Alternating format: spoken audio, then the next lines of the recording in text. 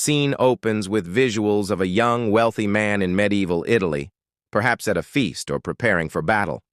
Hello, everyone, and welcome back to our channel. Today, we're journeying back to 12th century Italy to explore the extraordinary life of a man who traded a life of luxury and warfare for one of profound humility and a deep connection with all of creation. This is the story of St. Francis of Assisi. Imagine being born into wealth.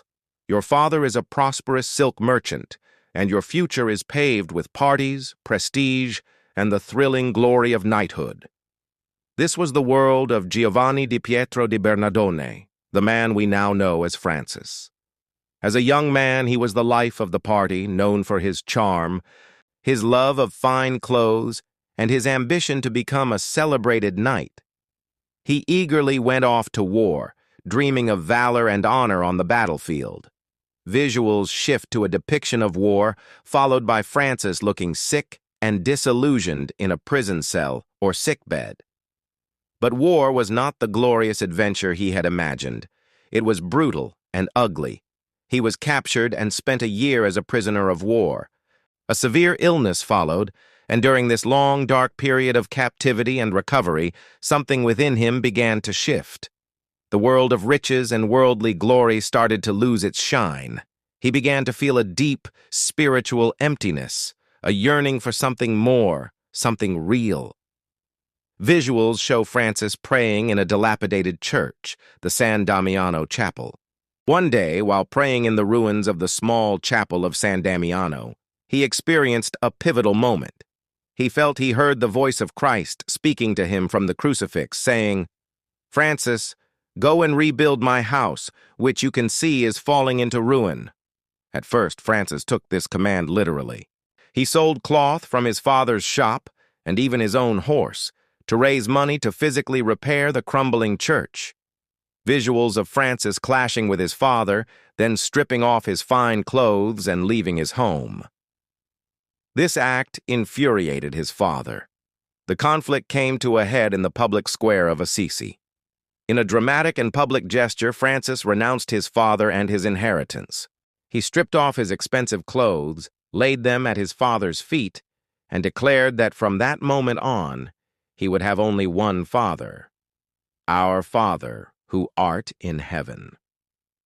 Dressed in nothing but a simple burlap tunic, he walked away from his old life forever, embracing a life of radical poverty.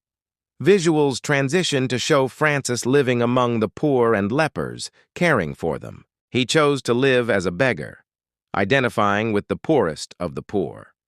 He sought out the lepers, who were the outcasts of society, embracing and caring for them. This was shocking to everyone who knew him. He was trading a life of comfort for a life of intentional hardship, but in this simplicity, he found a joy and a freedom he had never known. Soon, other young men, inspired by his authenticity and his message of peace and poverty, began to follow him. This small band of followers became the first Franciscan friars. Visuals of Francis preaching to birds, taming the wolf of Gubbio, and admiring flowers and nature. Francis's new worldview wasn't limited to just people. He saw the divine presence in all of creation. This is where the famous stories you might have heard come from. He preached to the birds, who reportedly gathered and listened intently. He referred to the sun as brother sun, and the moon as sister moon. There's the famous tale of the wolf of Gubbio, a fearsome animal terrorizing a town. Instead of killing it, Francis approached the wolf, spoke to it, and brokered a peace between it and the townspeople. For Francis, every animal, every plant, every element of nature was a brother or a sister, part of God's family, and a reflection of the Creator's love. Visuals show Franciscans rebuilding churches, helping the poor, and spreading their message. He now understood the call to rebuild my house in a much deeper way. It wasn't just about stone and mortar. It was about renewing the spiritual heart of the church through a radical return to the gospel's core teachings: love, humility, peace, and service to the poor. His movement grew rapidly, spreading a message of peace in a time of conflict. He even traveled to Egypt during the Crusades, not to fight, but to meet with the Sultan in a courageous act of interfaith dialogue. Visuals of Francis receiving the stigmata, then final peaceful scenes of him in nature. Towards the end of his life, it's said that Francis was so united with Christ's suffering and love that he received the stigmata, the wounds of Christ on his own hands, feet, and side. He died in 1226, lying on the bare earth, embracing sister death as the passage to eternal life. St. Francis of Assisi. His life is a powerful testament to the idea that true wealth isn't found in material possessions, but in spiritual richness.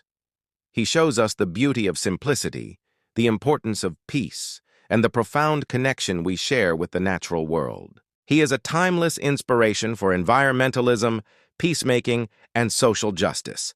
Thank you so much for joining me on this journey into the life of St. Francis. What part of his story inspires you the most? Let me know in the comments below. And if you enjoyed this video, please give it a thumbs up and subscribe for more stories of incredible lives. We'll see you in the next one.